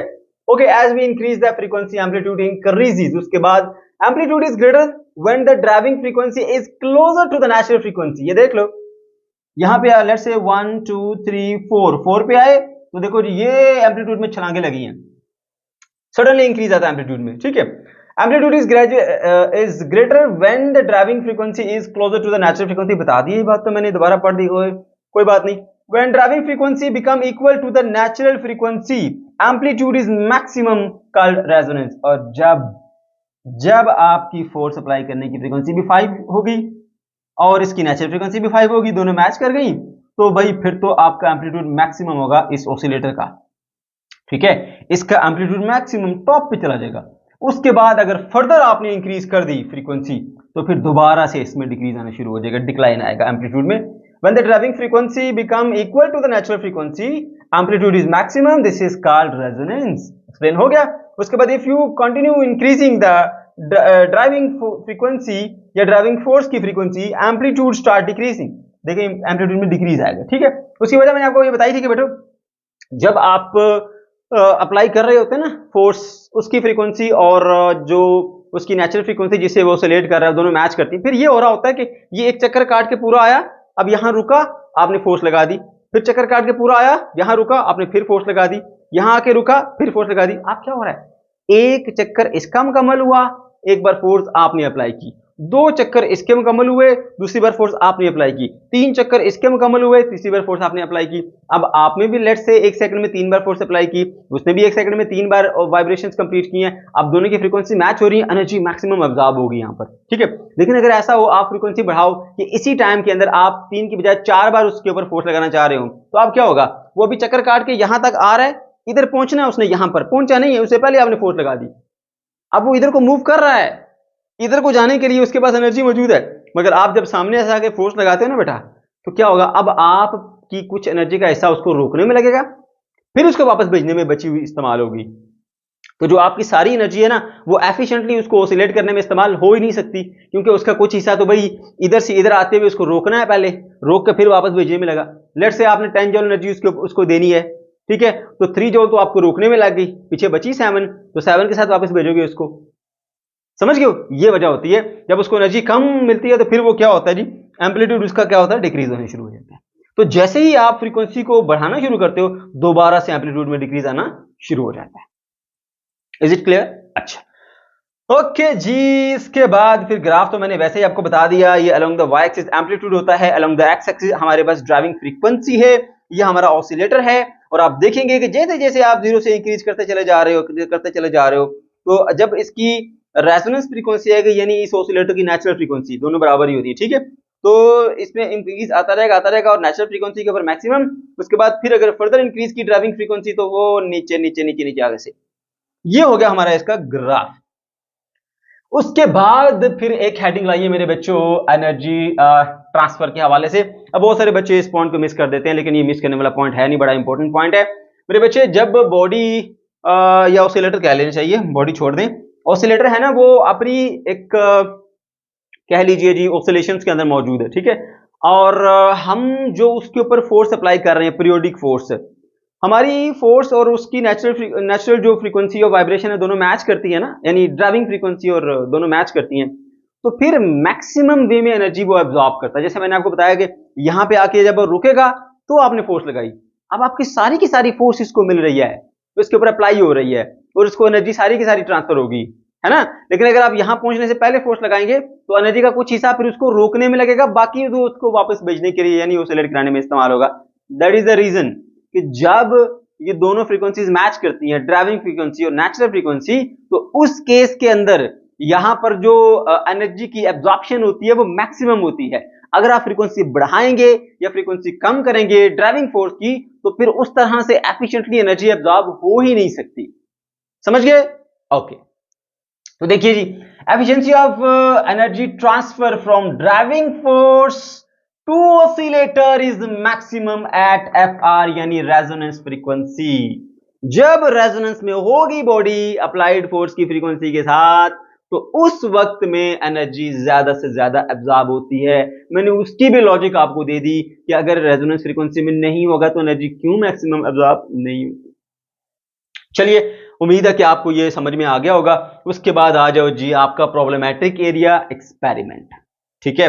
अब ये तो मैं वैसे आपको इसका ओवरव्यू, कंसेप्चुअल ओवरव्यू में देकर आया हूं कि होता क्या है कि भाई आपके पास पेंडुलम है, 5 पेंडुलम है, ए है, बी है, सी है, डी है। ए और बी की लेंथ बराबर है, सी और डी की लेंथ बराबर है। उसके बाद आपकी बुक के मुताबिक मैंने डायग्राम बनाई है, ये आपका एक पेंडुलम है, इसकी लेंथ को आप बी के बराबर भी एडजस्ट कर सकते हो और इधर डी के बराबर भी एडजस्ट कर सकते हो, ठीक है। जब ये इन दोनों के बराबर होगा तो उसकी लेंथ को स्मॉल एल से डिनोट किया गया, जब ये बड़े वाले पेंडुलम के बराबर होगा तो उसकी लेंथ को कैपिटल एल से डिनोट किया गया है, ठीक है मेरे बच्चों। अच्छा, होता क्या, हमने ये ऑब्जर्व किया कि भाई अगर आप इसको पहले रखो इस ए और बी की लेंथ के बराबर और यहां से आप ऐसे लाके इसको छोड़ दो, तो आप देखोगे कि ये दोनों वाइब्रेट करना शुरू हो जाएंगे, मगर ये दोनों नहीं वाइब्रेट करेंगे। भाई वजह क्या है बताई तो थी आपको, लेकिन बहुत सारे बच्चों को स्टिल कंफ्यूजन होती है यहां पर, ठीक है। तो आप दूसरे एंगल से कवर करता हूं, बड़े ध्यान से बात सुनिएगा। रेजोनेंस कब आती है? रेजोनेंस तब आती है जब नेचुरल फ्रीक्वेंसी और ड्राइविंग फ्रीक्वेंसी दोनों बराबर होती हैं, राइट। जब natural frequency and driving frequency दोनों बराबर होती हैं तब बॉडी रेजोनेंस में आती है। ये बात क्लियर है? अच्छा, ठीक हो गया। जब आप इसको देखते हैं, इसकी लेंथ हमने यहां पे एडजस्ट की हुई, यही पहले वाली स्मॉल एल के बराबर। इसको देखते हैं और इसको देखते हैं, तीनों की लेंथ क्या है? बराबर है। अगर इन तीनों की लेंथ बराबर है तो इन तीनों की नेचुरल फ्रीक्वेंसी भी बराबर होगी, राइट। दूसरा पॉइंट जो कि माइंड में रखना है, नहीं समझ आता लिख लो, इन पॉइंट्स को लिखो और 2-3 बार उसको पढ़ो, समझ ना आया पैसे वापस, ठीक है। तो देखो, अब ये और ये तीनों बराबर लेंथ में हैं। बराबर लेंथ में होने की वजह से क्या है कि इन तीनों के अंदर जो है वो नेचुरल फ्रीक्वेंसी सेम होगी, क्योंकि मैं आपको कंसेप्चुअल ओवरव्यू में बता के लाया हूं कि frequency is inversely related to the square root of the length. है ना। तो लेंथ पे डिपेंड करती है इसकी फ्रीक्वेंसी। अगर लेंथ सेम है तो नेचुरल फ्रीक्वेंसी तीनों की क्या होगी, सेम होगी। समझ गए, इसकी इसकी इसकी तीनों की नेचुरल फ्रीक्वेंसी सेम होगी। ये दूसरा पॉइंट भी समझ में आ गया। अच्छा, अब देखो, जब हमने इसको यहां से लाके, ये हमारे पास प्लेन है पेज का, और यहां से यूं लाके छोड़ा, यानी perpendicular to the plane of the page, तो अब ये ऐसे ऐसे ऑसिलेट कर रहा है। अब जब ये ऑसिलेट करेगा ना, तो डिस्टर्बेंस इस स्ट्रिंग के थ्रू इन सब में जाएगी। समझ गए। अब ऑसिलेट ये कर रहा है, हमने इसको यहां से लाके छोड़ दिया, और मैंने आपको बताया, शुरू में बताया था कि जब आप एक पेंडुलम को मीन पोजीशन से जस्ट डिस्प्लेस करके छोड़ देते हो, दोबारा उस पर फोर्स अप्लाई नहीं करते, तो वो जिस फ्रीक्वेंसी के साथ ऑसिलेट करता है वो उसकी नेचुरल फ्रीक्वेंसी होती है। ठीक है। अब ये अपनी नेचुरल फ्रीक्वेंसी के साथ ऑसिलेट करेगा, मगर इसकी फ्रीक्वेंसी बाकियों के लिए ड्राइविंग फ्रीक्वेंसी बन जाएगी, क्योंकि इसकी डिस्टर्बेंस बाकियों की तरफ जा रही है। समझिए बात, इसको डिस्प्लेस कराकर छोड़ दिया, दोबारा नहीं छेड़ा, ऑसिलेट कर रहा है। ये जिस फ्रीक्वेंसी से ऑसिलेट कर रहा है वो इसकी नेचुरल फ्रीक्वेंसी है। वो नेचुरल फ्रीक्वेंसी इन सब के लिए ड्राइविंग फ्रीक्वेंसी बन जाती है, क्योंकि वो इनको मजबूर कर रही है, भाई तुम भी वाइब्रेशंस करो। अब इसकी नेचुरल फ्रीक्वेंसी ड्राइविंग फोर्स के तौर पे एक्ट कर रही है, और ये देख सकते हो इसकी लेंथ बराबर है ना, क्योंकि इनकी लेंथ बराबर है तो इनकी फ्रीक्वेंसी फिर इस ड्राइविंग फ्रीक्वेंसी के ऑटोमेटिकली इक्वल आ जाती है। फिर से सुनो इस बात को, देखो मेरे बच्चों, ये वाला क्या है, ये नेचुरल फ्रीक्वेंसी से ऑसिलेट करेगा। अब इसकी नेचुरल फ्रीक्वेंसी उनके लिए ड्राइविंग फ्रीक्वेंसी बनेगी, क्योंकि इसकी जो वाइब्रेशन है ना, उन्होंने इसको चलाना है, तो उनके लिए क्या बनी, ड्राइविंग फ्रीक्वेंसी। ठीक है। अब जो इसकी नेचुरल फ्रीक्वेंसी है वो इनके लिए ड्राइविंग फ्रीक्वेंसी है, वो है दोनों बराबर, क्योंकि लेंथ सेम है ना। तो ये ड्राइविंग फ्रीक्वेंसी इनके लिए नेचुरल फ्रीक्वेंसी के इक्वल, इसके लिए भी नेचुरल फ्रीक्वेंसी के इक्वल, तो फिर ये क्या करेंगे, ये एनर्जी को एब्जॉर्ब करेंगे, क्योंकि जब बॉडी रेजोनेंस में होती है तो मैक्सिमम एनर्जी एब्जॉर्ब होती है। तो ये वाला और ये वाला ज्यादा से ज्यादा एनर्जी को एब्जॉर्ब करेगा। जब ये ज्यादा से ज्यादा एनर्जी को एब्जॉर्ब करेगा तो ये ऑसिलेट होगा, लेकिन ये वाले नहीं होंगे। वजह यह है कि इसकी नेचुरल फ्रीक्वेंसी इनके लिए एज अ ड्राइविंग फ्रीक्वेंसी काम कर रही है, और इसकी और इसकी लेंथ तो चेंज है, तो जो ड्राइविंग फ्रीक्वेंसी यहां से आएगी वो इसकी नेचुरल फ्रीक्वेंसी से मैच नहीं करेगी, तो रेजोनेंस नहीं हो सकती। बेटा ये जरा थोड़ा सा कॉम्प्लिकेटेड कॉन्सेप्ट है, बड़े ध्यान से आपने समझना। अगर फिर भी समझ नहीं आया ना, थोड़ा वीडियो को पीछे करो, फिर सुनो, फिर पीछे करो, फिर सुनो, इंशाल्लाह क्लियर होगा आपको। ठीक है, ओके। तो अब फाइनली हम इस कंक्लूजन पे पहुंचे हैं कि इसकी तीनों की लेंथ क्या है, बराबर है। अगर इसकी नेचुरल फ्रीक्वेंसी 5 हर्ट्ज है, इसकी नेचुरल फ्रीक्वेंसी भी 5 हर्ट्ज है, इसकी नेचुरल फ्रीक्वेंसी भी क्या है, 5 हर्ट्ज। समझ गए। हमने यहां से इसको लाके ऐसे छोड़ा, ये ऑसिलेट करना शुरू हो गया। जब ये ऑसिलेट करना शुरू हो गया तो इसकी जो नेचुरल फ्रीक्वेंसी है वो इनके लिए ड्राइविंग फ्रीक्वेंसी बनेगी। कितनी थी नेचुरल फ्रीक्वेंसी, 5 हर्ट्ज। तो इसको 5 हर्ट्ज की क्या मिलेगी, ड्राइविंग फ्रीक्वेंसी। इसको 5 हर्ट्ज की क्या मिलेगी, ड्राइविंग फ्रीक्वेंसी। और इसकी नेचुरल क्या थी, 5। इसकी नेचुरल क्या थी, 5। तो driving frequency, natural frequency match की, रेजोनेंस, एनर्जी एब्जॉर्प्शन मैक्सिमम हुई, तो ये दोनों ऑसिलेट करना शुरू हो जाएंगे। बस इतना सा काम है। समझ गए। उम्मीद करता हूं कि आपको समझ आ गई होगी। ठीक है मेरे बच्चों, ओके जी। तो क्योंकि अब इसकी फ्रीक्वेंसी 5 थी, वो इसको मिल रही है, मगर लेट्स से कि इसकी जो लेंथ ज्यादा होने की वजह से इसकी नेचुरल फ्रीक्वेंसी कुछ और थी। अब जो ड्राइविंग यहां से मिली वो इसकी नेचुरल से मैच ही नहीं कर रही। अगर नेचुरल से मैच नहीं कर रही तो एनर्जी एब्जॉर्प्शन उस तरह से नहीं होगी जिस तरह से होनी चाहिए थी, जैसे इन्होंने एब्जॉर्ब की। दैट इज द रीजन कि ये वाइब्रेट नहीं करेंगे, क्योंकि ये एनर्जी एब्जॉर्ब नहीं कर पाए, क्योंकि बॉडी मैक्सिमम एनर्जी एब्जॉर्ब करती है जब वो रेजोनेंस भी होती है। क्लियर है। ओके जी, तो लिखना कैसे वो भी देखिए जी। Take 5 pendulum A B C D E are suspended vertically from the same horizontal string as shown. दिखा दी आपको मैंने। Length of A and B is equals to L. A की लेंथ बी की लेंथ स्मॉल एल के बराबर है। Okay.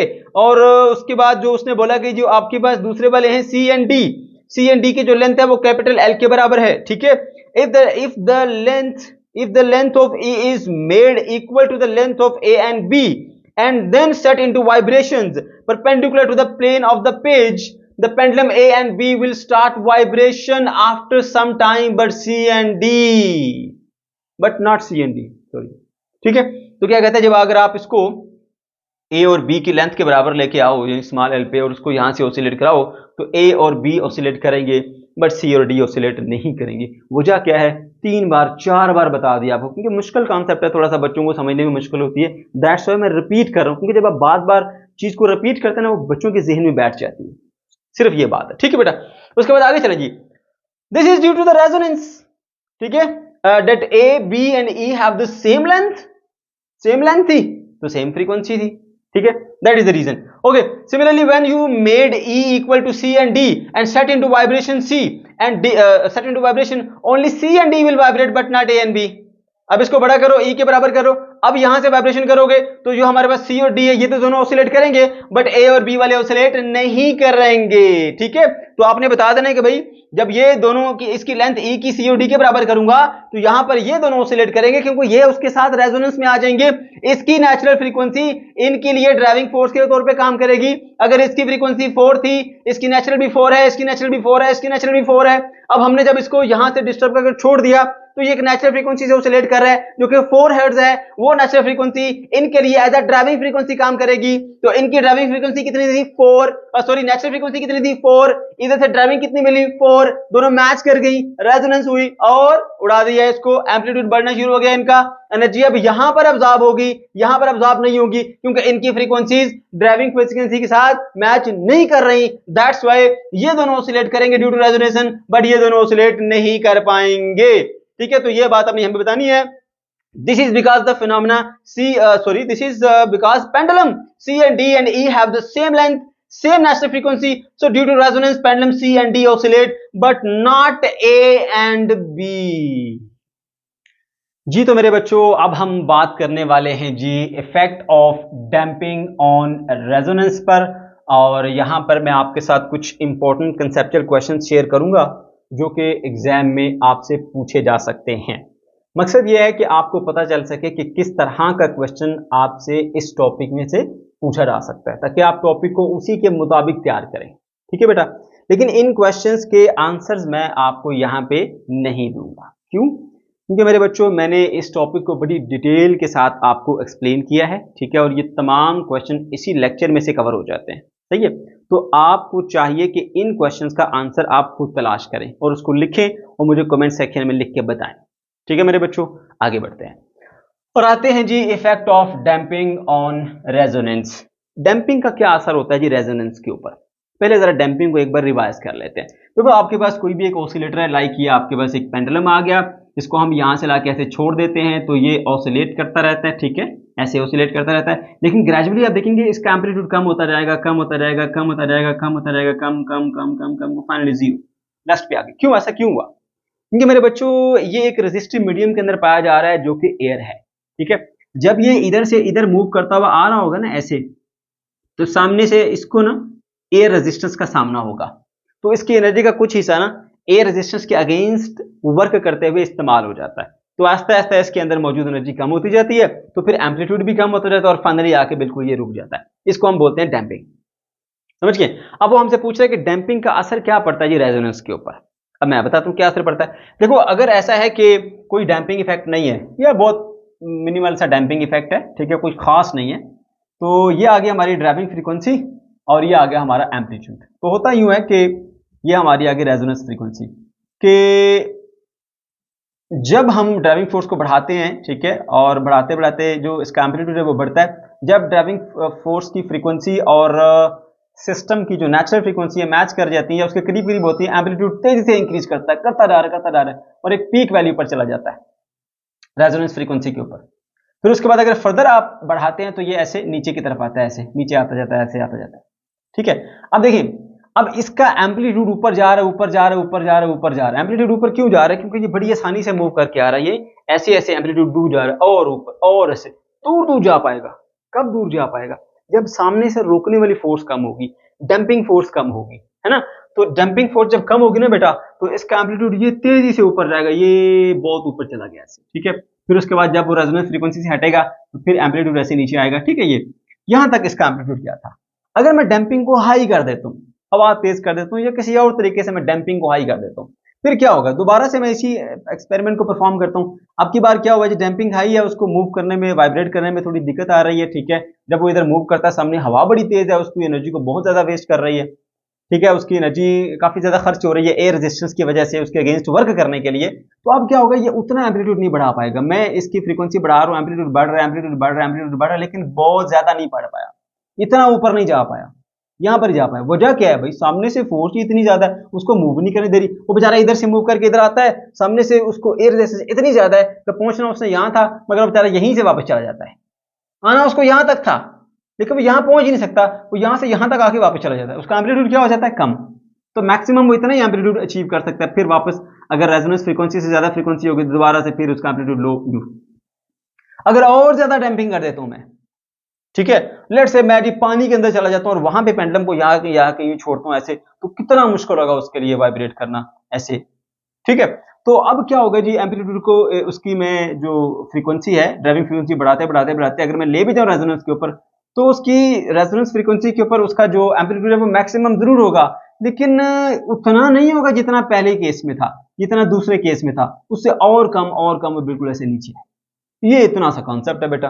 क्या होता है जी, एम्पलीट्यूड को मैक्सिमम जो पहले एक लो डैम्पिंग भी हो रहा था, हाई डैम्पिंग की वजह से वो फिर उतना बढ़ नहीं पाता। अगर डैम्पिंग ना हो तो बहुत ज्यादा एम्पलीट्यूड हो जाए इसका, ठीक है। तो लो डैम्पिंग पे एम्पलीट्यूड जो है वो हाई रहता है रेजोनेंस फ्रीक्वेंसी के ऊपर। अगर उसी रेजोनेंस फ्रीक्वेंसी पे दोबारा इसको ऑसिलेट करें लेकिन डैम्पिंग इफेक्ट बढ़ा दें, तो थोड़ा सा एम्पलीट्यूड कम हो जाता है। तो सीधा सीधा सा पॉइंट है भाई, अगर आप देखना चाहते हैं कि क्या असर पड़ता है डैम्पिंग का ऑन द रेजोनेंस, तो इसमें आप ये बताएंगे कि जब डैम्पिंग बढ़ती है तो रेजोनेंस में जो एम्पलीट्यूड होता है ना, जो ऑसिलेटिंग बॉडी का एम्पलीट्यूड है, वो कम हो जाता है, पीक इतना ऊपर जा नहीं सकता। और दूसरी चीज जो नोट करने वाली वो ये है कि यहाँ पे अगर देखा जाए तो लो डैम्पिंग के ऊपर इसका कर्व बड़ा शार्प होता है, और यहाँ पे देखें तो थोड़ा सा जो है वो ब्रॉड हो गया, यहाँ पे तो बहुत ज्यादा ही ब्रॉड हो गया। अब बच्चे पूछते हैं ये ब्रॉड होने का क्या चक्कर है, ये कैसे हुआ, वो भी बताता हूं आपको। देखो, ये आ गया हमारे पास एम्पलीट्यूडल एक्सिस, और ये आ गया मेरे बच्चों हमारे पास कौन सी थी जी, ड्राइविंग फ्रीक्वेंसी, ठीक है। अच्छा, और यहां पे आ गया जी ये रेजोनेंस फ्रीक्वेंसी, ठीक है। ये मैं इसको ऐसे हाईलाइट कर देता हूं, this is resonance frequency F R, ठीक है। अब मैं कहता हूं जी जब जीरो थी तो बिल्कुल ये रेस्ट पे था, जब मैं थोड़ी सी ड्राइविंग फ्रीक्वेंसी बढ़ाई तो एम्पलीट्यूड इतना हो गया, फ्रीक्वेंसी और बढ़ाई एम्पलीट्यूड इतना हो गया, फ्रीक्वेंसी और बढ़ाई एम्पलीट्यूड इतना हो गया, फ्रीक्वेंसी और बढ़ाई एम्पलीट्यूड ये चला गया यहाँ पर, फ्रीक्वेंसी और बढ़ाई एम्पलीट्यूड भाई साहब ये पहुंचा हुआ है, फिर फ्रीक्वेंसी और बढ़ाई तो एम्पलीट्यूड कम होना शुरू हो गया, यहाँ पर आ गया, फ्रीक्वेंसी और बढ़ाई एम्पलीट्यूड और कम हो गया, यहाँ पर आ गया, फ्रीक्वेंसी और बढ़ाई एम्पलीट्यूड यहाँ पर आ गया, फ्रीक्वेंसी और बढ़ाई एम्पलीट्यूड यहाँ पे आ गया। अब क्या होगा, इन सबको मिलाओ ऐसे, और ये आपका जो है ना वो एक बन के आता है ग्राफ, ठीक है। अब थोड़े से फासले पर जाके हम इसको देखते हैं जी, ये इतनी इसकी शार्पनेस है, सही है। अच्छा, अब यहीं पे रहना, जरा ध्यान करना, अगर डैम्पिंग फोर्स बढ़ गई तो क्या ऑसिलेट करती हुई बॉडी को वो, अगर उसने यहां तक आना था वो यहां तक आने देगी, वो यहीं पे भेज देगी वापस इसको इधर से, है ना। तो एम्पलीट्यूड इतना बढ़ नहीं पाएगा, तो एम्पलीट्यूड थोड़ा सा कम होगा, इधर इधर भी कम होगा, थोड़ा सा एम्पलीट्यूड इधर भी कम होगा, एम्पलीट्यूड में इधर भी फर्क आएगा, एम्पलीट्यूड में इधर भी फर्क आएगा, ठीक है। ऐसे एम्पलीट्यूड में इधर भी इतना ज्यादा वो ऊपर नहीं जा पाएगा, एम्पलीट्यूड में फर्क आएगा इतना, इसमें भी कर लीजिए इतना, ठीक है। बस अंदाजे से बना रहा हूं बच्चों, ये कहाँ गया, एक सेंटर वाली, दो तीन, अच्छा इसके बराबर होनी चाहिए, ओके। इसको भी थोड़ा नीचे करते हैं, फिर इसको भी थोड़ा नीचे करते हैं, ऐसे कम हो गया इसका एम्पलीट्यूड, सारी वाइब्रेशन का एम्पलीट्यूड कम होगा, इसका भी कम होगा ऐसे। तो अब की बार जो कर्व आपको मिलेगा वो कैसे मिलेगा, वो आपको ऐसा मिलेगा। अब जरा इसकी जो जो यहाँ पे देख लो शार्पनेस है वो कम होगी, पहले बड़ा ज्यादा तेज है, ये इसे बनाते हुए थोड़ी सी बच्चों, ये देखो ना ऐसे बाहर आ गए, बाहर होता नहीं है आमतौर पर, ये इस तरह से होता है ऐसे, ठीक है। अब सही क्लियर है, देखो यहाँ पे ज्यादा शार्प है, नुकीला है, यहाँ पर क्या हुआ, ये ऐसा क्यों हुआ, क्योंकि एम्पलीट्यूड ऑफ वाइब्रेशन जो है वो हमारे पास क्या होगा, कम क्यों हुआ, वो कम इसलिए हुआ कि सामने से अपोजिंग फोर्स ज्यादा है। पहले केस के अंदर उसकी जो ऑसिलेटर की एनर्जी है ज्यादा जाया नहीं हो रही, एम्पलीट्यूड बढ़ रहा है। इस केस के अंदर सामने से एयर रेजिस्टेंस इतनी, उसकी एनर्जी बहुत ज्यादा वाइड हो रही है, क्या कह रहे हैं, वाइड कह रहा हूँ, जाया हो रही है, तो इसलिए ऑटोमेटिकली ये शार्प हो जाएगा। अच्छा, और ज्यादा हाई डैम्पिंग करते हैं जी, तो एम्पलीट्यूड और लो हो जाएगा, एम्पलीट्यूड लो होते हुए यहाँ पे आ जाएगा, ठीक है। इसका एम्पलीट्यूड लो होते हुए यहाँ पे आ जाएगा, इसका लो होते यहाँ पे आएगा, ये भी लो होता है यहाँ पे आएगा ऐसे। तो ये अब की बात जो बनेगा वो बेटा वो यहाँ से ऐसे बनेगा।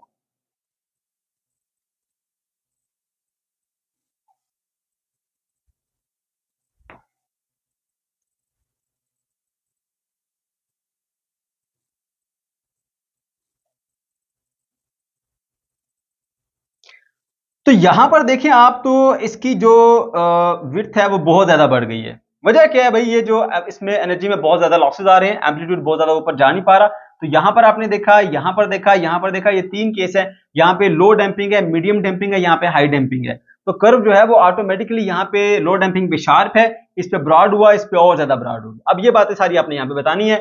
Damping reduces the amplitude of the oscillation at the resonance frequency, बता दिया आपको। देखो एम्पलीट्यूड को रिड्यूस कर देता है, ये देखिए डैम्पिंग वजह से एम्पलीट्यूड रिड्यूस हो गया रेजोनेंस फ्रीक्वेंसी के ऊपर, ठीक है। And broaden the resonance curve को भी उसने ऐसे ब्रॉड कर दिया, ऑटोमेटिकली वो ब्रॉड हो जाता है। उसके बाद एक graph between the driving frequency and amplitude is given, ये दिया अब आपके पास। Smaller damping results in a sharp resonance curve and large amplitude, while the heavy damping decreases the amplitude and broad amplitude। ये लिखना बात थी, और आप लिख दीजिए broad the curve। उसके बाद ये कर्व बनाइए और उसमें ये चीजें सारी मेंशन कर दीजिए, ठीक है बेटा, कि ये हमारी स्मॉल डैम्पिंग पे है, ये मीडियम डैम्पिंग पे है, ये हैवी डैम्पिंग पे है। यहाँ पे शार्प था, फिर थोड़ा ब्रॉड हुआ, फिर और ब्रॉड हुआ।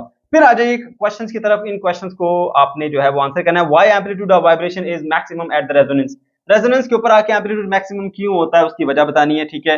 हिंट दे देता हूं, एनर्जी एब्जॉर्प्शन वहां पे मैक्सिमम होती है। What is the effect of damping on resonance, resonance के ऊपर डैम्पिंग का क्या इफेक्ट होता है भाई, डैम्पिंग जो एम्पलीट्यूड डिक्रीज करती है, हिंट दे दिया। How does the sharpness of the resonance curve depend on the damping, ठीक है। इसकी जो डैम्पिंग जो है वो किस तरह से इफेक्ट होती है शार्पनेस, यानी वो अभी जो आपको कंसेप्ट सिखाया ये सारे का सारा उसके अंदर आएगा। हिंट दे दिया। Give resonance condition for the give necessary condition for resonance to occur, resonance होने के लिए कौन सी लाजमी शर्त होती है, ये भी आपको बताई हुई है भाई। Driving frequency and natural frequency match करेगी, ये हिंट दे दिया। What is the mean by the sharpness of the resonance, resonance की शार्पनेस का मतलब क्या है, ये मतलब आपने बताना है, ठीक है। अच्छा, उसके बाद है जी draw a resonance curve and explain its features, features को एक्सप्लेन कीजिए, यहाँ पे क्या होता है, यहाँ पे क्या होता है, यहाँ पे क्या होता है, मैक्सिमम कब होता है, मिनिमम कब होता है, क्या वजूहात है उसकी। उसके बाद लिखिए draw a resonance curve and explain its feature के बाद what is difference between driving frequency and natural frequency. Allah Hafiz.